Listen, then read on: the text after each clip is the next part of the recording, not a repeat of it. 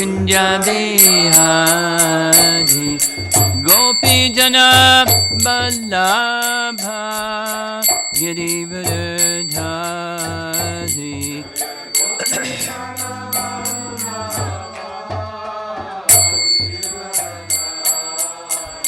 gopijana ballabha girivardhari gopijana ballabha girivardhari Jasodanandana Brajajanarandana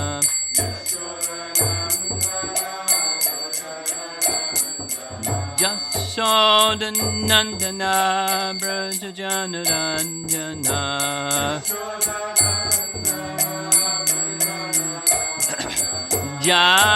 Jamanatira Vanachadi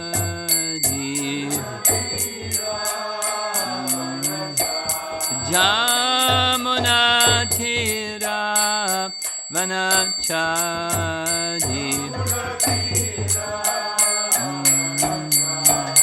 Jaya Radha Madhava Kunjabihari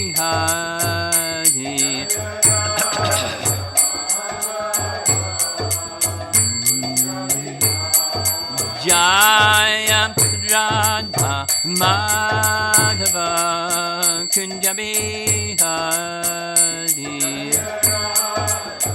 Madhava Kunjabihari Gopijana Ballabha Girivardhari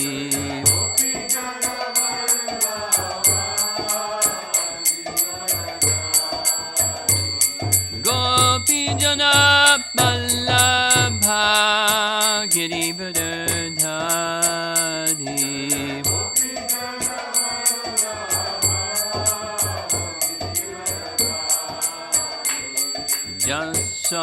Jasodanandana Brajajanarandana Jasodanandana Brajajanarandana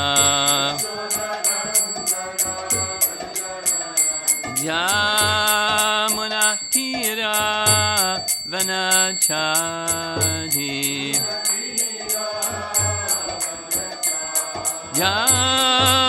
Jamunatira Vanachadi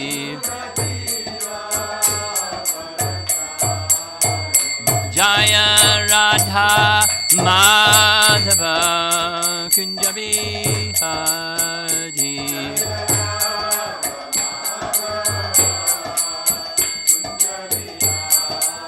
Jaya Radha Madhava Kunjabihari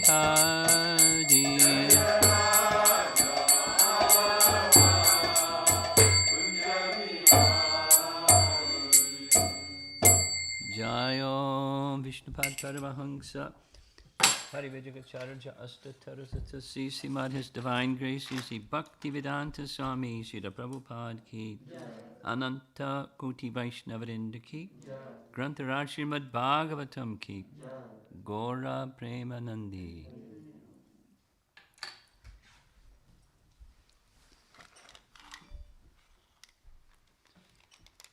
Om Namo Bhagavate Vasudevaya Om Namo Bhagavate Vasudevaya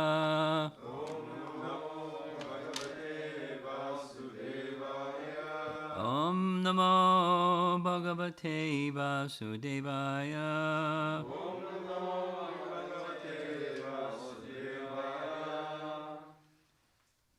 Continuing, Canto 10, Chapter 36. We're in the chapter dealing with Aristasura being very eager to leave his body and be killed by Krishna. But he wasn't thinking like that. He was thinking otherwise. A little background. In the beginning verse, or verses, it says that Aristasura appeared during twilight. So he spent a little time. Twilight it varies depending upon the season and so forth, but it's roughly 48 minutes. It's from the time the sun sets until it's dark or dusk. So there's the sun rising and there's the sun setting, and just before the sun rises, there's Brahma Muhurta. So Brahma Muhurta, one Muhurta is 48 minutes. And depending upon the season, twilight lasts longer or shorter. But Brahma Muhurta is, so he appeared, Aristasura, made his way to Vrindavan halfway through twilight. So 48 plus 48, generally it's 96. And so Brahma Muhurta begins 2 Muhurtas before that sun rising period, when you see light in the sky before you see the sun rise. So 48 minutes before that is when Brahma Muhurta starts. So just like I checked, the sun, according to calculations, this morning here in Novi, the sun rose at 6:19. So you count back 48 minutes, and that's when the Brahma Muhurta ends. You count back another 48 minutes, and that's when Brahma Muhurta begins. So this morning, Brahma Muhurta began at 4:43. So I hope you were up and lively chanting and doing, your devotional life. And it closes at 5:31 this morning. And it changes. And there's a whole consideration of why it changes, but we won't go there. During different signs, it's earlier, and then other times it's later, and so forth. The sun moving on its ecliptic. So, but 48 minutes is the period standard of plus minus twilight, and he appeared halfway through it. So for us here in Novi, twilight is from 9:02 tonight until 9:50 tonight. So Krishna was preparing himself for rasa dance. It hadn't begun yet, and that's when Aristasura came. We heard, and we're going to hear it again, Sanatana Goswami's definition of what does Aristasura mean. It's inauspicious for the cows. That's a good name for Aristasura. And inauspicious for the cows means inauspicious for the Brijbasis, means Krishna's going to let him have it. He doesn't.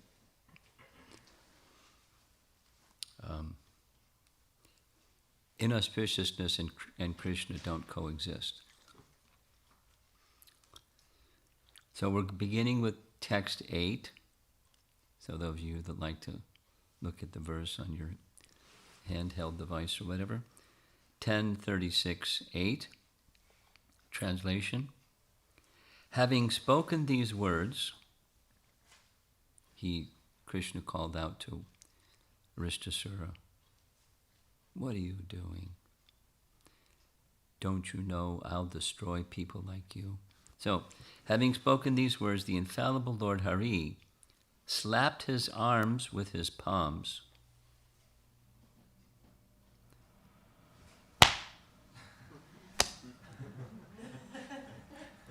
further angering Arishta with the loud sound, the Lord then casually threw his mighty serpentine arm over the shoulder of a friend and stood facing the demon.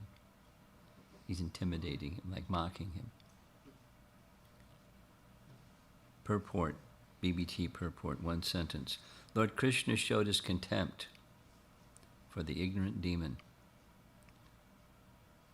Vishwanath gets a little more specific. Krishna challenged the bull by slapping his right palm on the base of his left arm, making a sound as a show of courage. By placing his snake-like, that's serpentine, snake-like arm on Subal's shoulder, he showed his contempt for the demon. And we're going to hear another acharya saying, a different cowherd boy, but Vishwanath says Subal. Jiva Goswami says it was Sridham. Krishna put his arm on the shoulder of his friend Sridham, showing disrespect to the demon. His arm was like a snake because of its roundness and thickness.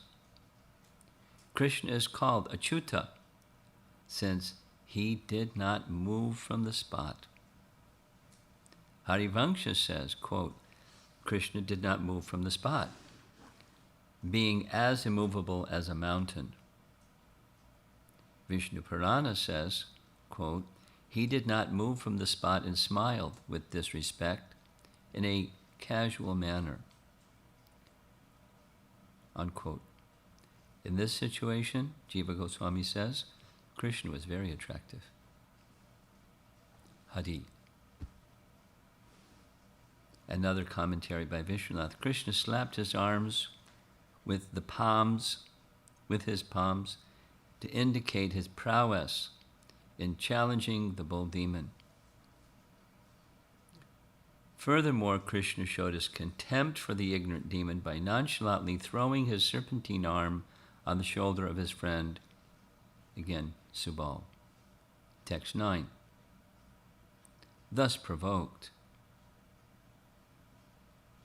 Arishta pawed the ground with one of his hooves, and then, with the clouds hovering around his upraised tail, furiously charged Krishna.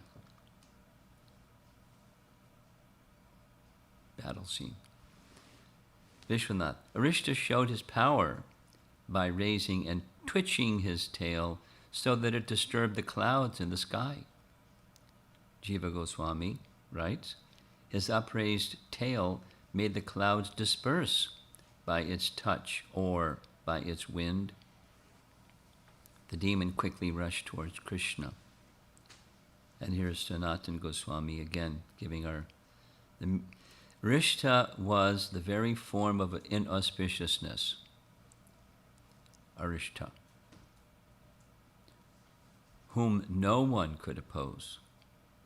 With his upraised tail, he made the clouds move here and there by touching them or by the tail's wind.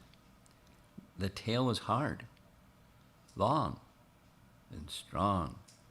He ran at Krishna, who attracted him by inciting his anger. Krishna attracted him by striking his heel on the ground to show his great courage and pride. This produced Arishtakund. It's a place in Braja today that the Goswamis were assigned to go find it. And it's there. It is said, this is from Ari, I think it's probably meant to be Adi Varaha, Purana. He struck Arishta in the form of a bull. Then in anger he struck the earth with his heel. This produced the Tirtha. The demon approached Krishna with great speed. Text 10. Pointing the tips of his horns straight ahead, and glaring menacingly at Lord Krishna from the corners of his bloodshot eyes, Arishta rushed toward him at full speed like a thunderbolt hurled by Indra. Vishwanath, the bull's eyes were red with arrogance. His sidelong glances, because it's mentioned, scolded Krishna. Jiva Goswami writes, this verse describes the demon's attack. The demon threw a side glance. In advancing quickly and not tolerating others, an example is given. He was like a thunderbolt thrown with force by Indra. And another commentary, Vishwanath writes, the bull's glaring eyes were blood red with arrogance.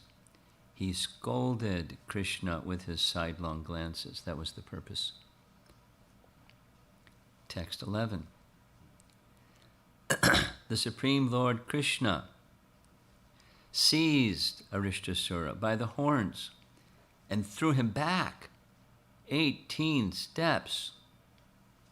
Ashtadasha Padani. Just as an elephant might do when fighting a rival elephant. Vishwanath writes, Krishna threw the bull in the opposite direction. Not like just like momentum and threw him that way. Threw him back. Jiva Goswami writes, Vai means it is well known. He had a very sporting nature. Saha. An example is given to show this. An elephant fighting another elephant. It shows his capability with a display of his power. Remember, the cowherd boys are watching all this. Yay, Krishna. They're not like worried. Text 12. Thus, repulsed by the Supreme Lord, the bull demon got up and, breathing hard and sweating all over his body, again charged him in a mindless rage.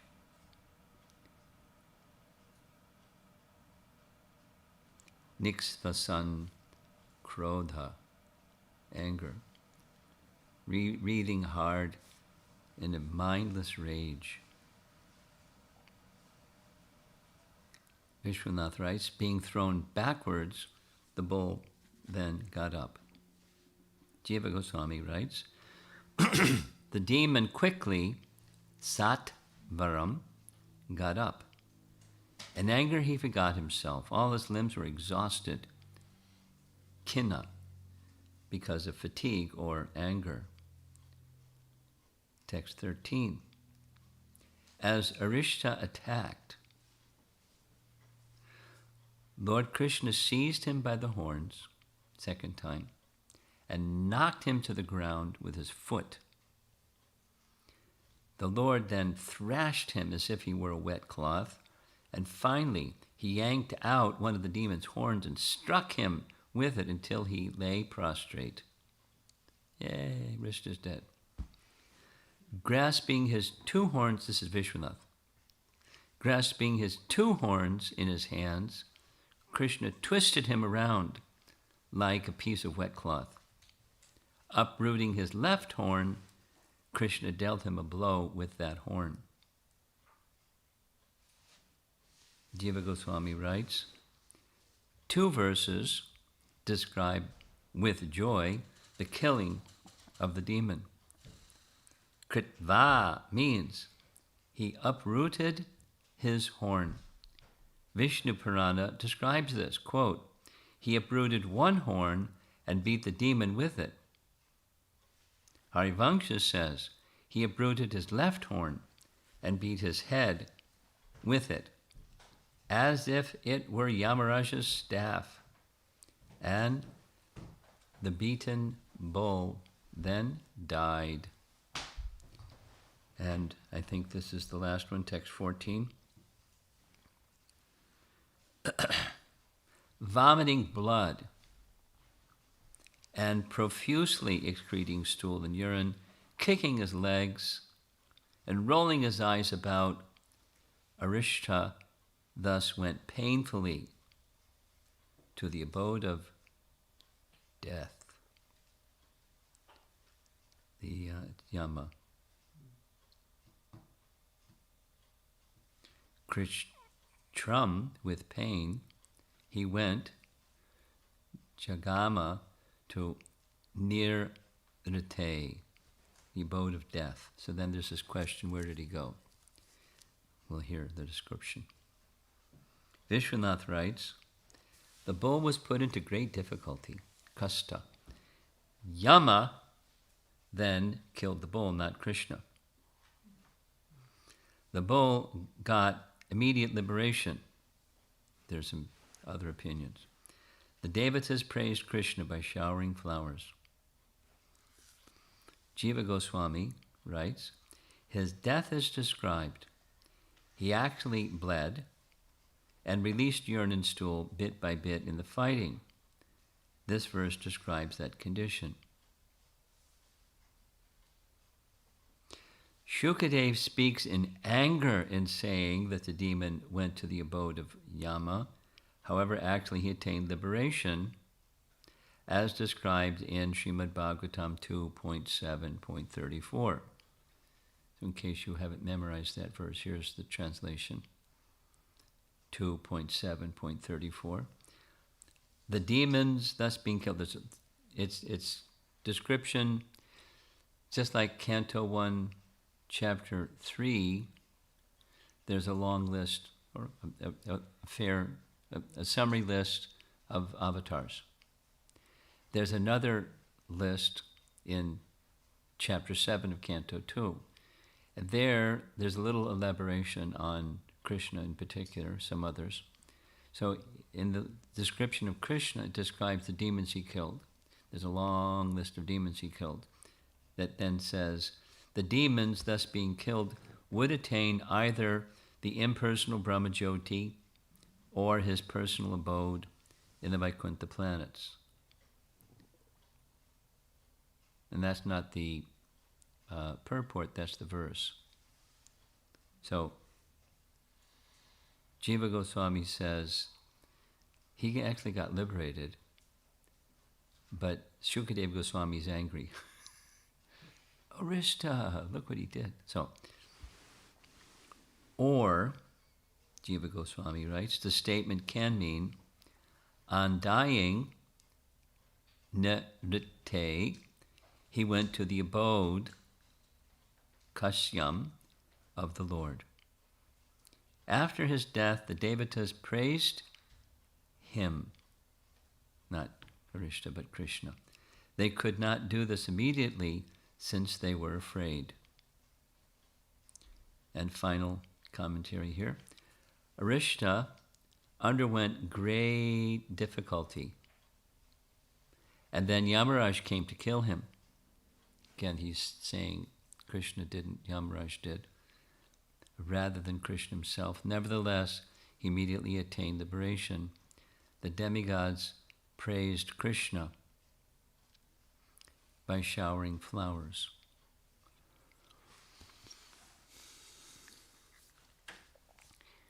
Sadhuputa explains that prior to Kali Yuga, there was regular visitation by the demigods. There's many descriptions, not just in Krishna's pastimes, where the demigods appear and do things with people on earth. And then, way ahead of his time, he said, but when Kali Yuga comes, it's quarantined.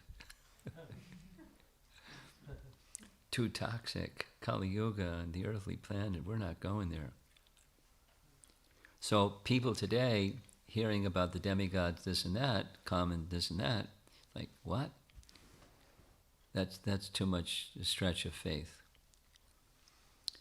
But going to Vedic cosmology and Sankhya philosophy, both, the demigods have powers. They can go wherever they like.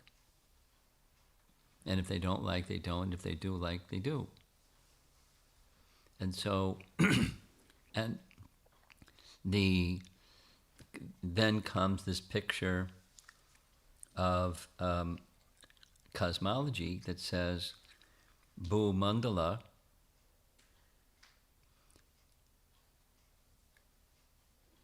whatever Bhumandala is, different people have different ideas of what Bhumandala is, but it's flat topography. And in the midst of Bhumandala, right in the middle of the middle island, is Mount Sumeru, and atop Mount Sumeru is Brahma's another residence, his summer home or something. And then in the 8 directions, because there's actually 10, but northeast, southwest, and then the other directions, northeast, cardinal and subcardinal, ordinal it's called, directions. There's also abodes of devas.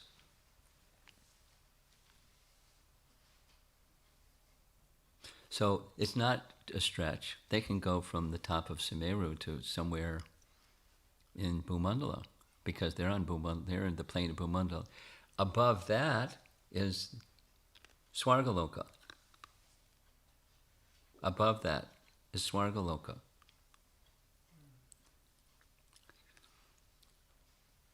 Maybe one of these days I'll show you again, or I can provide it again.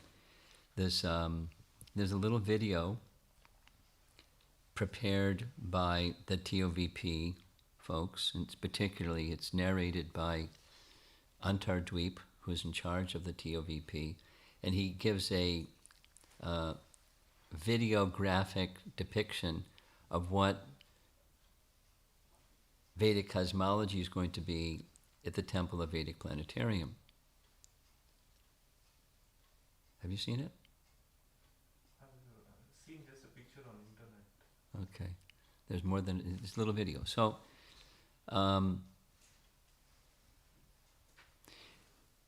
after describing Bhumandala and Sumeru, that's 80,000 yojanas tall, times 8 makes miles. It's a big mountain. Then you keep going up, up, up. You can say north, and then there's the realm of the Upadevatas, Bhu Loka, Bhuvar Loka, and Swarga Loka, and then Dhruva's planet. So what I'm speaking here is the demigods have different residences.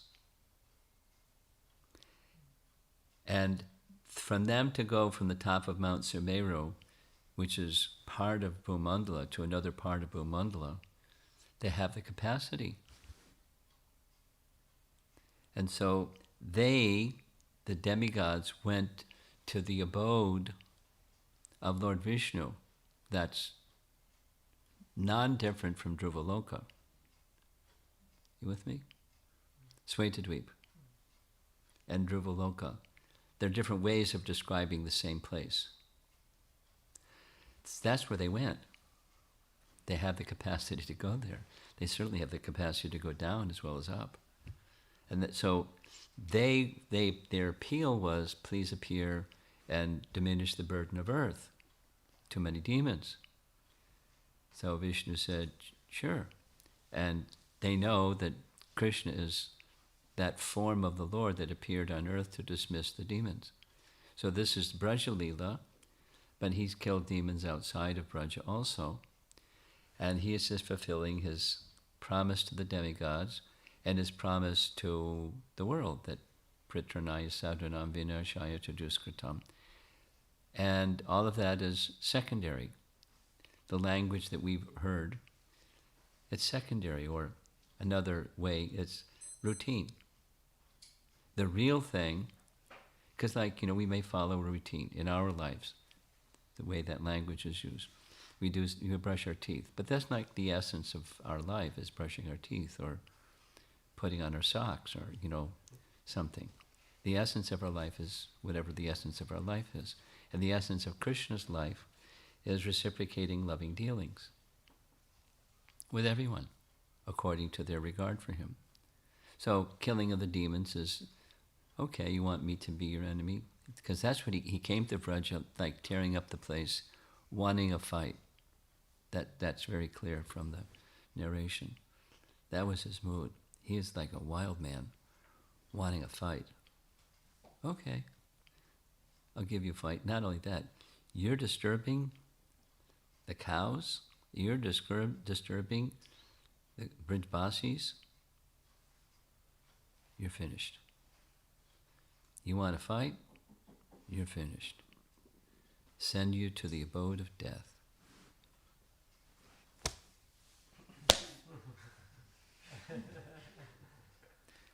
So he's protecting the devotees and annihilating the miscreants.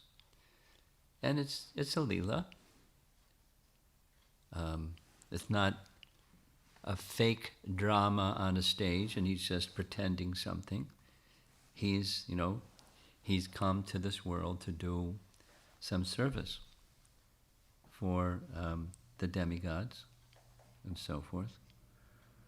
Now yesterday evening, we touched on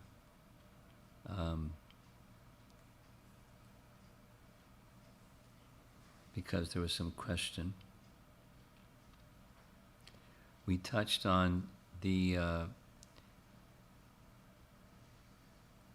killing of demons and its Naimatika Leela, its secondary, occasional pastimes and all of that. So we went through which demon represents which obstacle on the path of bhakti, and I'm just going to quickly read what we discussed yesterday. Arishta represents pride arising from indulging in false religions invented by cheaters, which causes neglect of bhakti. Now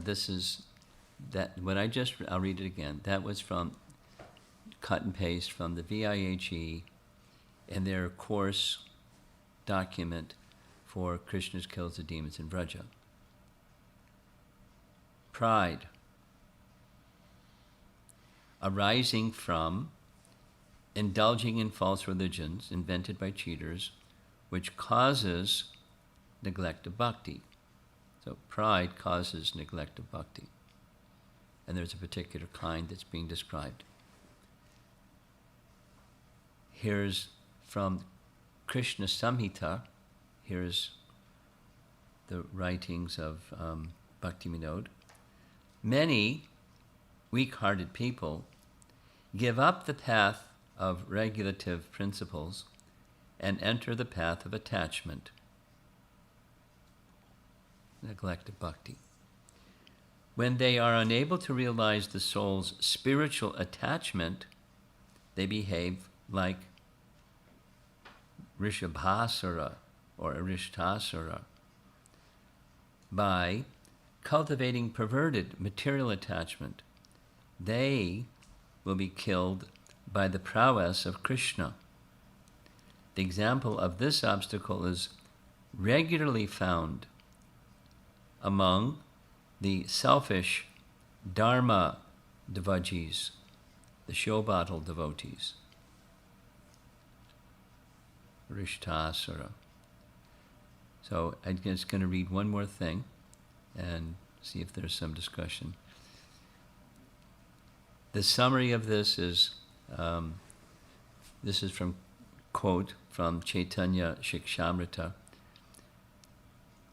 Sincere devotees hope that by the influence of understanding the purpose of Krishna's performance of different occasional pastimes,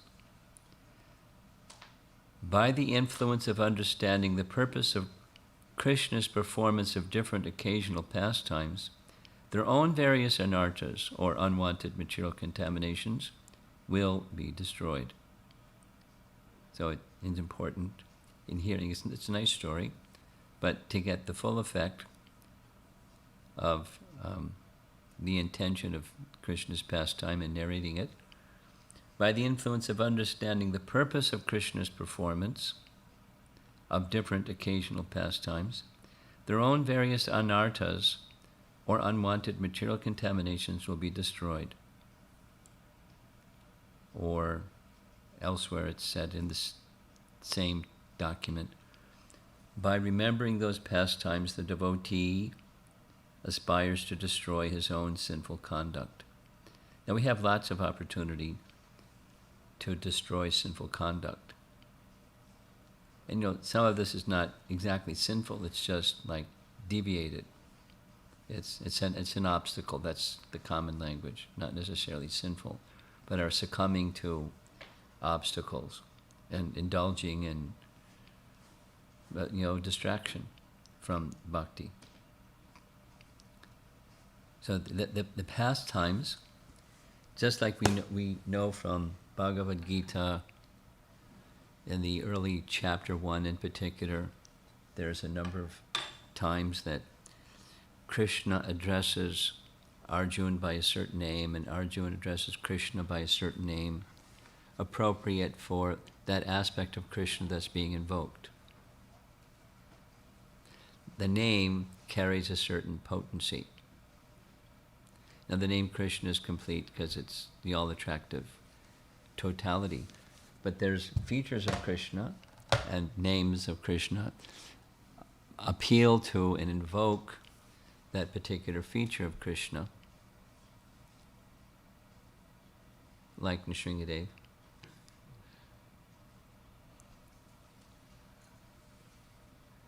And there's a potency with invoking that name. And there's a potency similarly within these pastimes. The killer of the Arishta demon, so there's a potency, so that the killer, Krishna who kills pride in the heart that destroys bhakti and deviates one to other things. That's Arishta. And Krishna will destroy that. So there's a potency in the name, there's a potency in the pastime.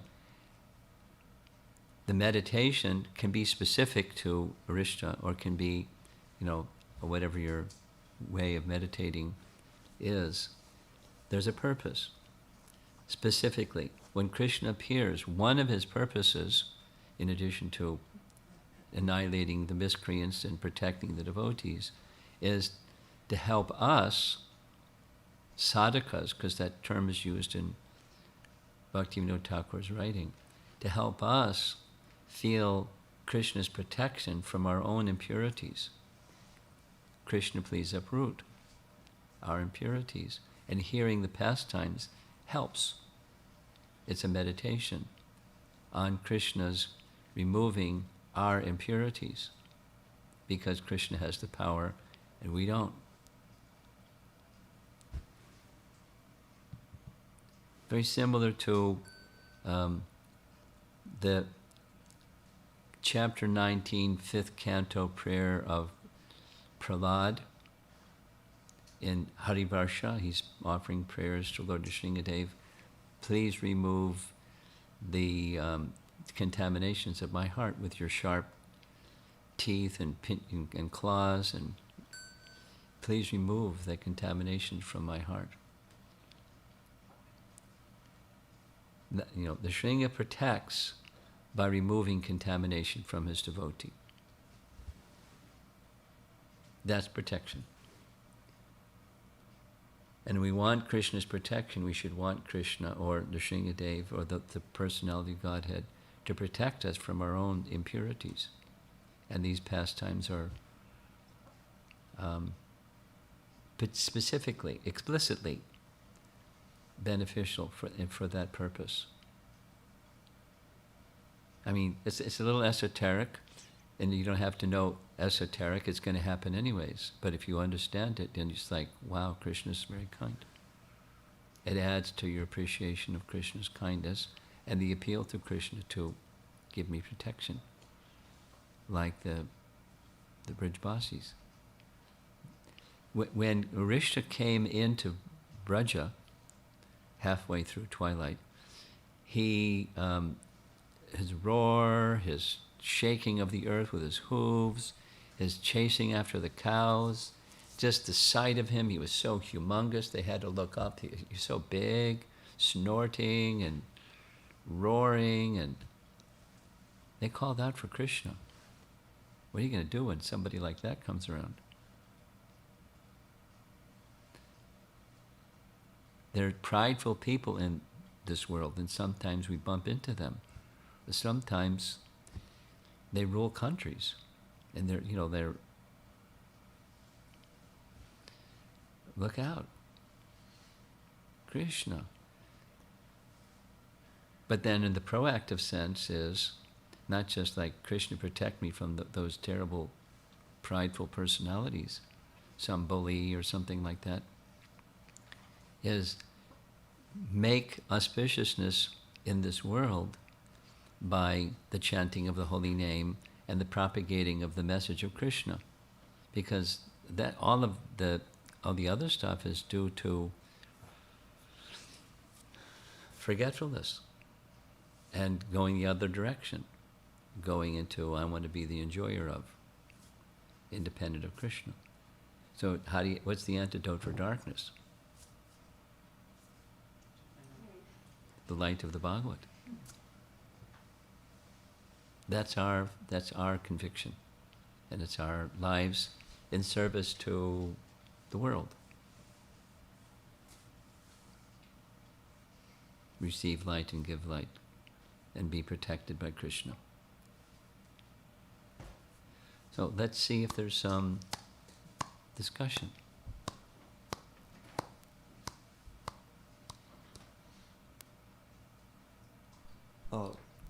Hare Krishna Maharaj, you said that Aristasura represents pride formed by indulging in false religions that causes a neglect in our bhakti.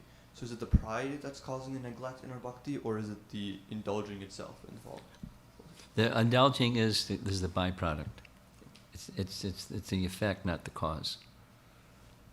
Oh, okay. Turning your attention from Krishna causes darkness. Darkness can look like this, but it's turning your attention from Krishna. And pride is the impetus for turning your attention from Krishna and neglecting bhakti, and then in comes the darkness. So one takes shelter over there instead of taking shelter of Krishna. Pride.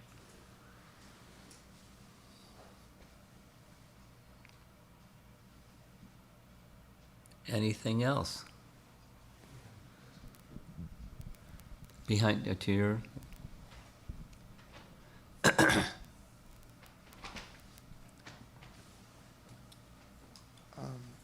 I thought that it was interesting that it was speaking about Yamaraj killing the demon instead of Krishna. And I was curious if there's any other mention of that happening in any other of the demon pastimes.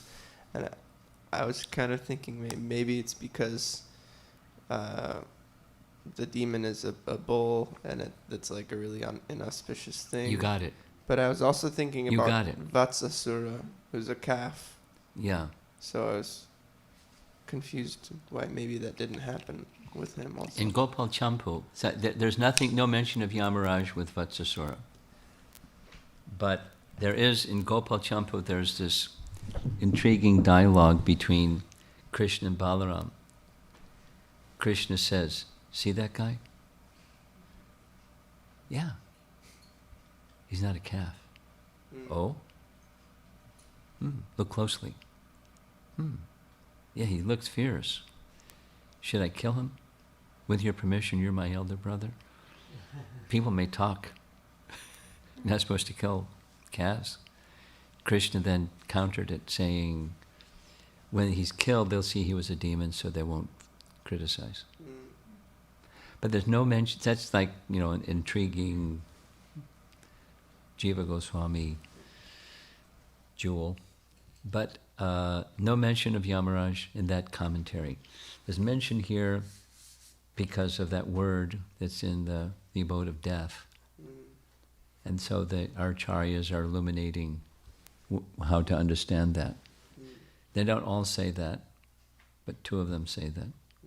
So the answer to your question is no. No other reference that I'm aware of, at least. where Yamaraj is involved. But it doesn't say specifically, but it does make sense that because it was a bull, Yamaraj did what he did. But they still blame Krishna because the gopis make him atone for... Yeah, yes, yeah. But that's, of course, that's Leela. And we don't hear that when Krishna got back to the village of Braja, they said, uh-oh, you... They didn't say that. At least we don't know of anything that they said that.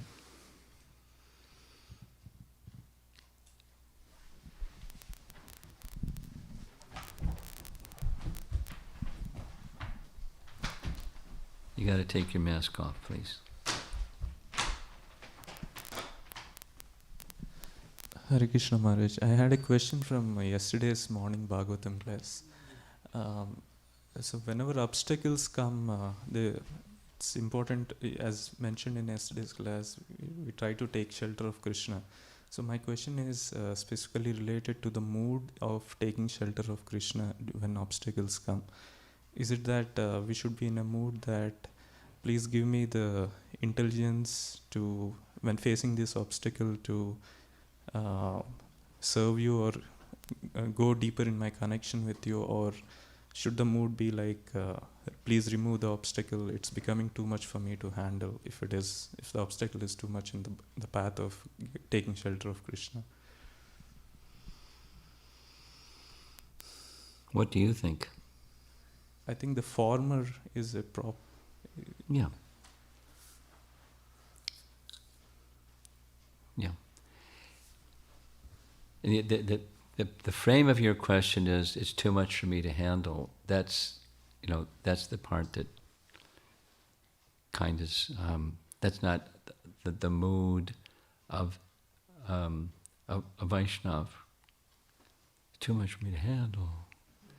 But I require your strength and I require your intelligence, and so the former, and if Krishna knows when it's too much to handle. Sometimes Krishna shows special mercy by placing us in situations like Bali Maharaj and the Pandavas and Kunti, for example, where one cannot even survive. So they're not saying, oh, I can't handle it. And they're exalted devotees. But they're teaching by example also. And so the strength is not, oh, I can't handle it. The strength is forbearance. So we're forbearing of the circumstances that we're the architect of that misfortune that's coming our way. I take full responsibility for it. Let me give my attention to your service. That's an essence of a Vaishnava mood. And Krishna will know when something is unbearable, too much. He'll step in. And if he wants, he can keep it unbearable for a while, as he wishes. Okay. I have a few things, but as I was hearing yesterday's class and some of today's, one thought that was coming to me is that this is a morning class or evening? Morning. Okay. This pastime of Aristasura. Okay. I was thinking how this is a very, Krishna is being very expressive and dialoguing a lot with Aristasura. And I mean, I haven't read so much in detail about the killing of other demons, but I was wondering if he does the same with other demons. There's a lot of dialogue and he's expressing his, it's saying disrespect. Physically and verbal. Yeah. And going, even Aristasura was expressing from his side, and I was like, this is really interesting. Well, that's a nice topic. I can't think of anything offhand, but in responsive to your question, specifically when someone is extremely proud,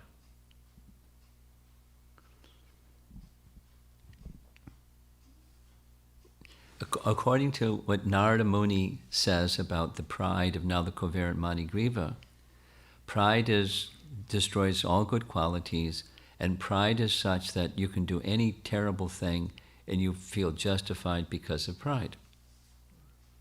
You can do anything and you're justified because of pride. So it's very dark, very detrimental. So Krishna's dialoguing, it seems that it's like, like it's an insult to a person who's prideful. They're just like, you're a nobody. You're inconsequential. That angers the prideful person, which he wanted to do.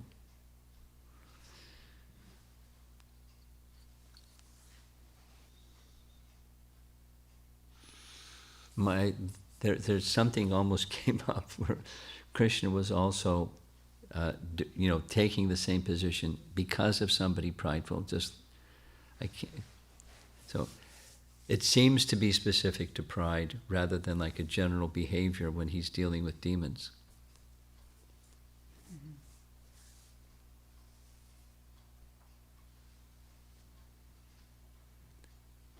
Now, let me modify.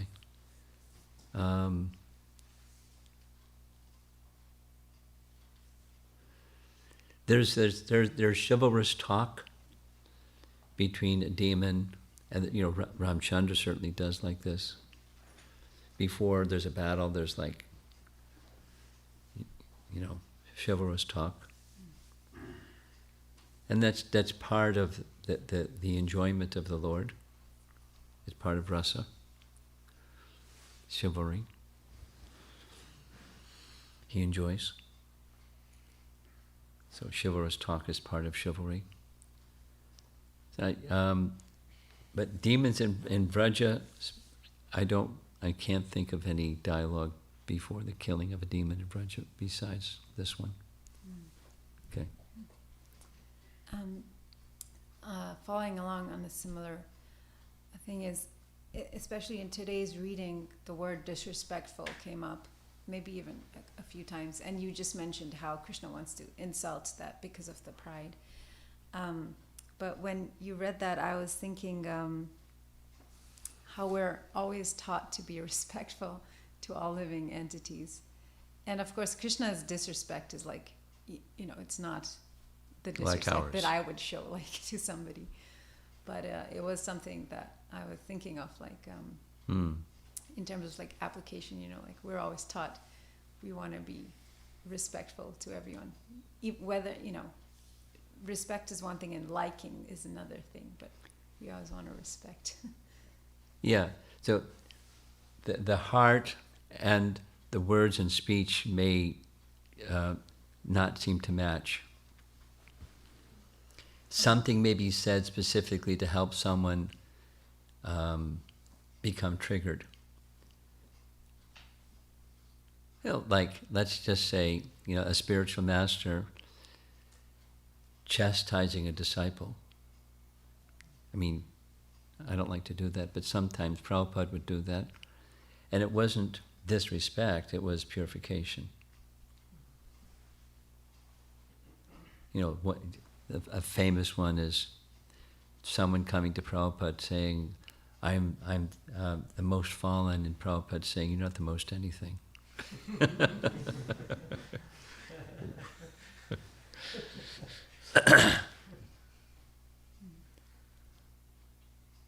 Something that I saw directly is Vishal, Prabhupada disciple, was notorious for knowing exactly when the Mahaprasadam would come out of the deity room, and he had a big belly, and he really liked Mahaprasadam, and he always had his large beads and bead bag, and he would never do service because people would ask, and he would smile and say, I have to finish my rounds, Prabhu, and he'd go around and do nothing all day long. It was like that was his profile. So one morning walk in Vrindavan, Prabhupada went out the main gate, turned right, and Vishal place himself in front of everybody so they couldn't move paying obeisances, dandavats. And Prabhupada stopped, waited, he got up, and he was, big smile. And Prabhupada just said, Vishal, do something useful, and went on.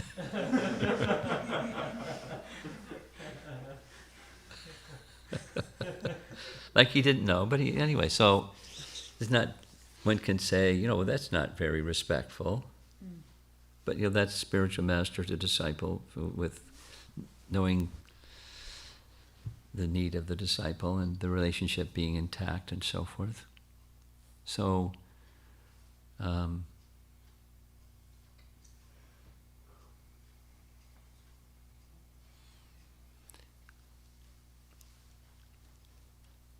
in a higher sense, yayatamam prapadyante tangs tataiva pajamyaham. Oh, you want to see me as enemy? Okay. Here's something insulting that an enemy would say to an enemy. And then let me liberate you.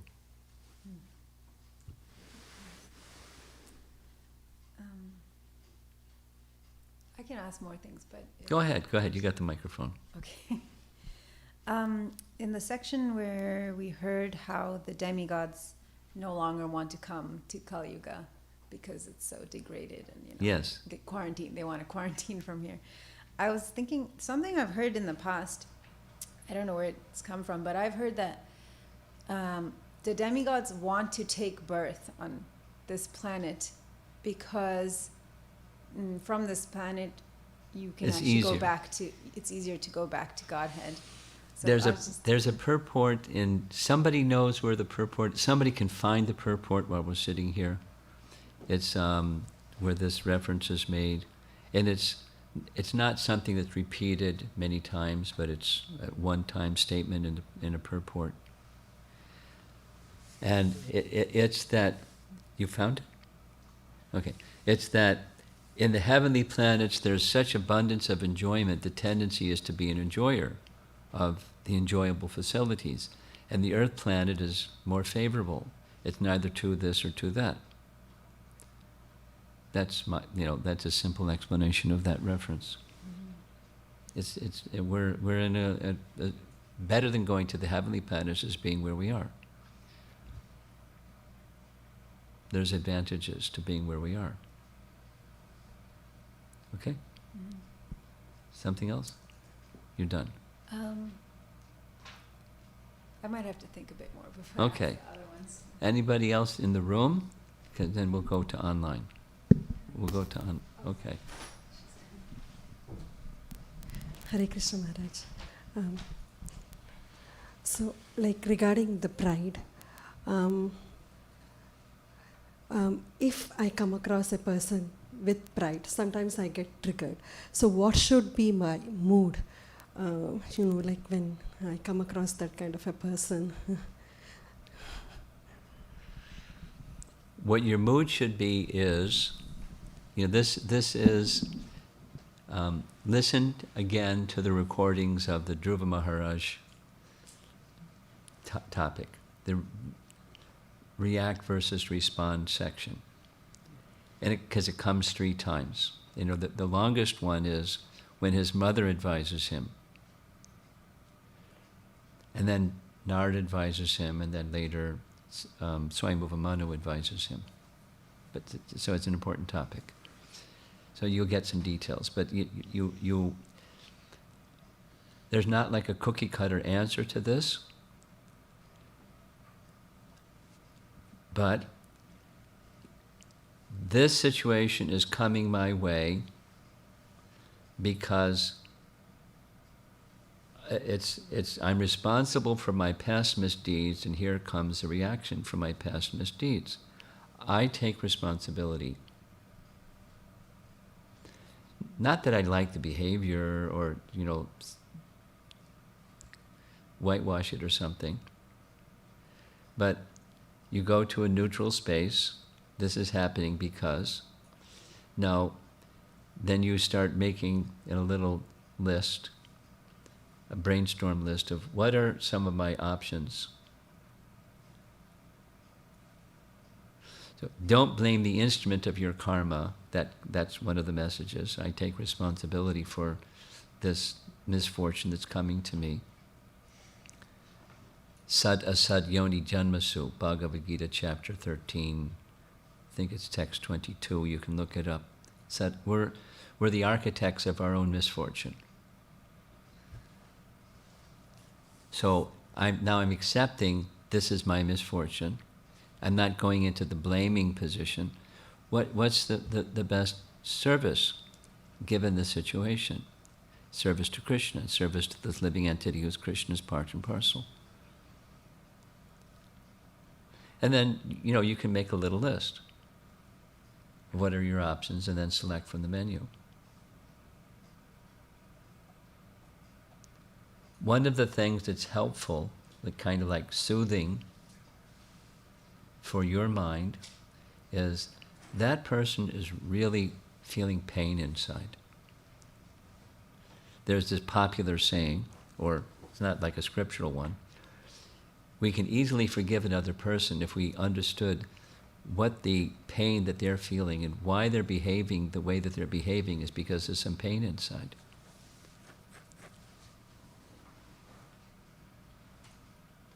So with the forgiveness doesn't mean the behavior is okay, but on the platform of the soul, I can be forgiving of the soul because their misfortune, their pridefulness is part of the product of their misfortune. It's a defense mechanism because of they're vulnerable and they're being prideful because of that. They've forgotten Krishna. They're suffering a lot. Now, it doesn't mean you have to like the person or the behavior, but you can be forgiving. And then, what's a proper way I can be of service? And you may not have an answer, but if you ask the question, you're under Krishna's protection.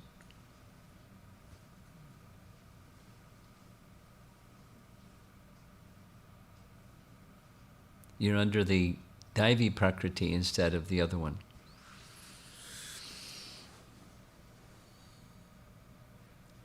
And it's easy to say, and it's another thing to do, but you're asking, what should I do? Okay, let's go online. Pass the microphone.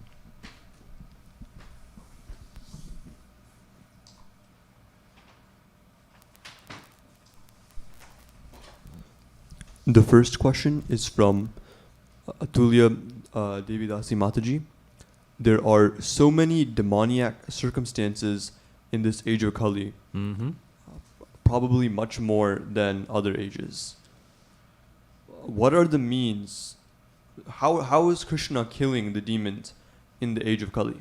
The holy name. And your book distribution. And you're teaching bhakti too. Go ahead. It's killing the demoniac mentality without killing the demon. That's the answer. Go ahead. The second question is from Divyambara Devidasi Mataji, and she says, as a conditional soul struggling, there is so much duplicity, which is a dharma dwaji tendency. What is the antidote? What's the antidote?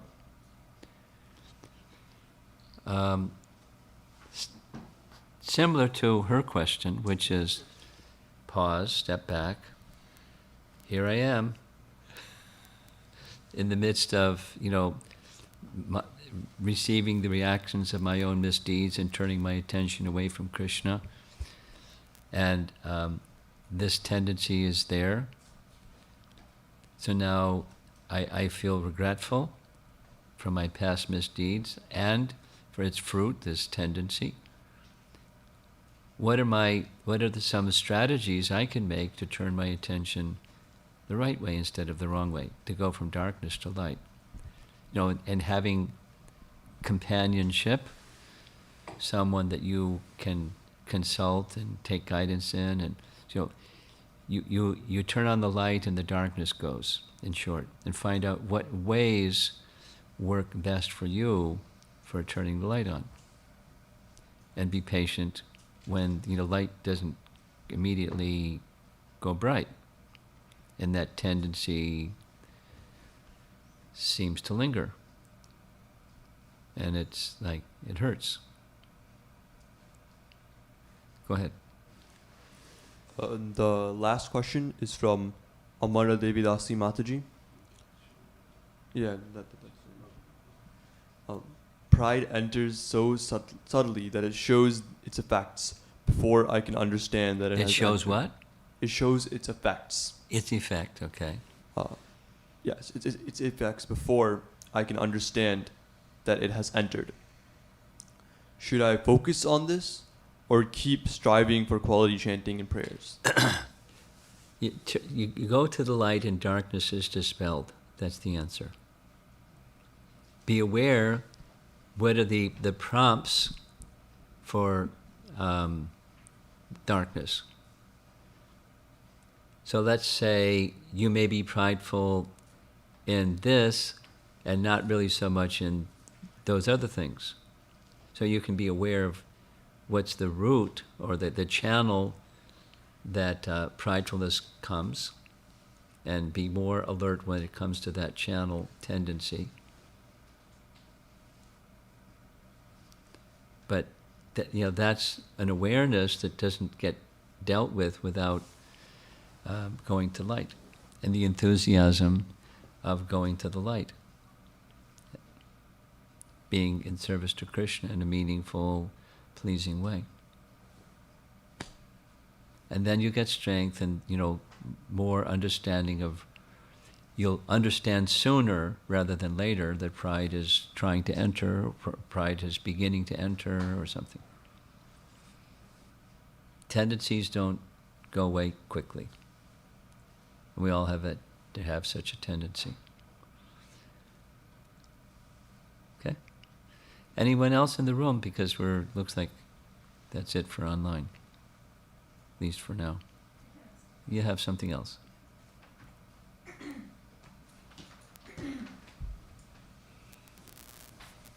along the similar lines as this last question, but the question is, what can one do if they recognize they have a desire for fame? And there's one side is one can learn to tolerate, and as you said, know that the light will dispel the darkness. Yes.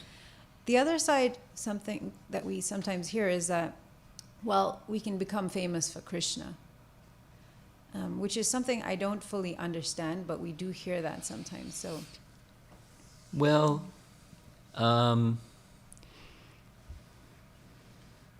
beware when you're using something in service to Krishna, you may be consumed by that something instead of service to Krishna.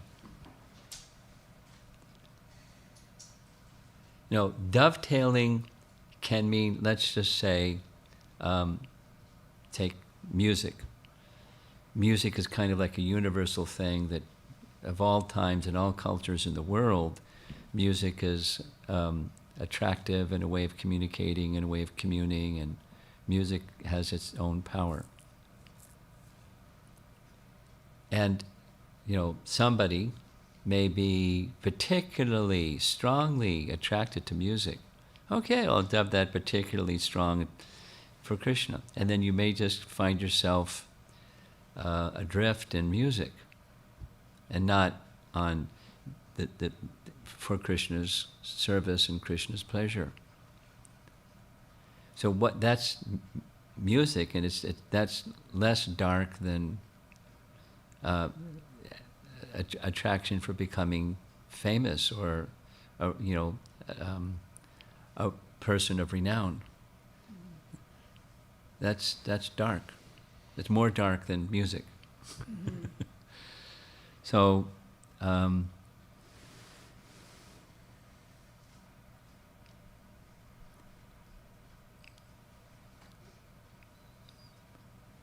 it's not. I would say, it's not advisable, and you can practice in the moment when some recognition does come your way, you immediately, it goes to Guru and Krishna. It doesn't stick. Little stuff. Oh, da-da-da-da. Guru and Krishna. And that purifies, it's one way to purify the tendency to want attention, appreciation, glorification, labha, puja, pratishtha, according to Vishwanath Chakravarti Thakur. It's one of the sources of anarthas. Specifically, you become a little, it's becoming successful in bhakti can be a source of anartha. If that, we are a little successful and someone offers some accolades, and then that's an anartha. It can be. So instead, practice, it just goes to Guru and Krishna. Rather than saying, no, no, no, say, Guru and Krishna. But you can say no, no. But you make sure everything goes to Guru and Krishna. And there's different ways of discreetly and gracefully directing everything to Guru and Krishna, not just cosmetic. Okay? Srila Prabhupada ki jai.